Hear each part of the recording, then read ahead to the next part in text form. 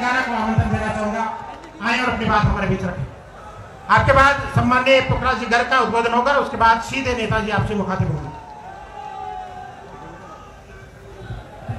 सम्मानित बुजुर्ग, नौजवान साथी, आवाज सुन रही मात्र शक्तियां, मंच पर बैठे बुद्धिजीव, आप सभी के चरणों में हरियाणा से आए आपके प्यारे बच्चे हर्ष शिकारा की हाथ जोड़कर राम राम। आप सभी साथियों को राजनीति की आज वो कड़वी सच्चाई बताना चाहता हूं जो शायद ही कोई बता पाएगा।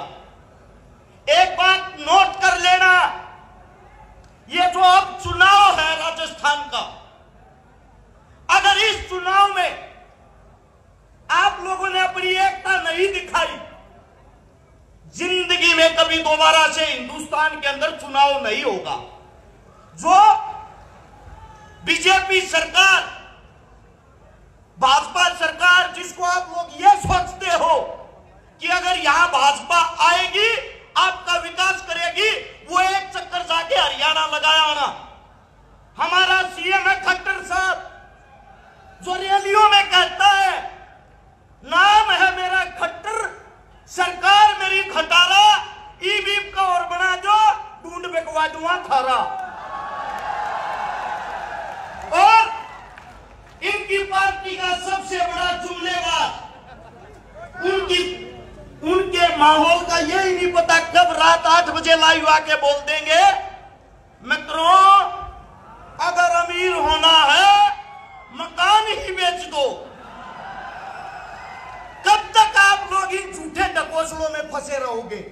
याद करो वो दिन जिस वक्त हम गुलाम थे, उस गुलामी के वक्त किसान का, दलित का शोषण होता था, हमारी बहन बेटियों को हमारी आंखों के सामने पीटा जाता था, कुचला जाता था।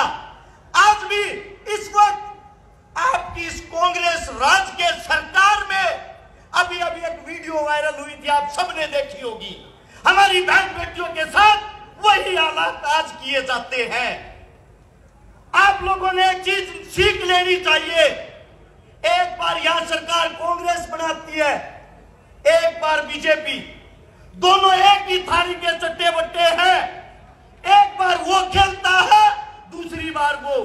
आखिर आप सबसे पूछना चाहता हूं, किसान की, दलित की, मजदूर की सरकार कब आएगी?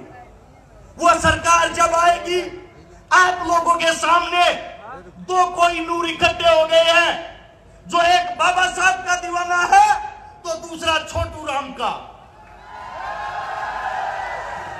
और इस हिंदुस्तान के अंदर जिसने संविधान लिखा, बाबा साहब, उसके दीवानों के साथ आज भी क्या किया जाता है आप लोगों को पता है?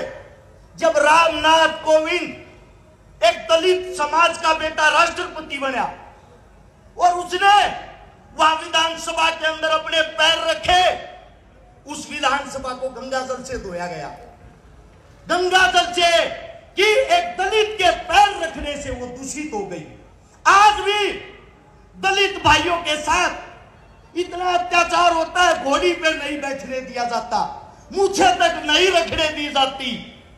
आज भी दलित बहन बेटियों को गलत नजर से देखा जाता है, बलात्कार तक कर देते हैं, रिपोर्ट तक नहीं लिखी जाती। आज बड़ी सभा के माध्यम से आप सभी को एक बात बता देना चाहता हूं, मैं एक हनुमान का सैनिक इन दलित भाइयों की घोड़ी के आगे लट के जोर पर हम खड़े होंगे और हम देखेंगे उस घोड़ी को कौन रोकेगा।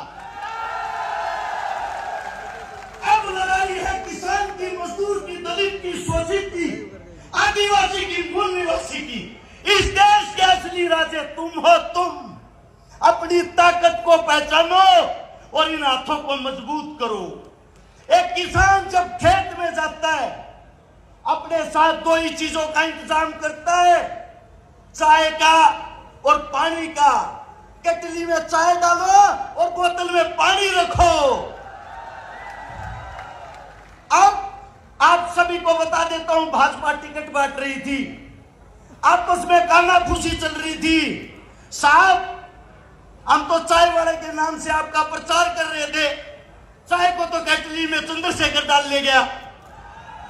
आप सभी को बता देता हूं, ये अंतिम लड़ाई, अगर इस लड़ाई के अंदर आप लोगों ने अपनी ताकत नहीं दिखाई, इस लड़ाई के अंदर आप लोगों ने अपना जोर नहीं दिखाया, जीवन में आप लोगों के लिए आगे कोई योद्धा और कोई लड़ने वाला नहीं रहेगा।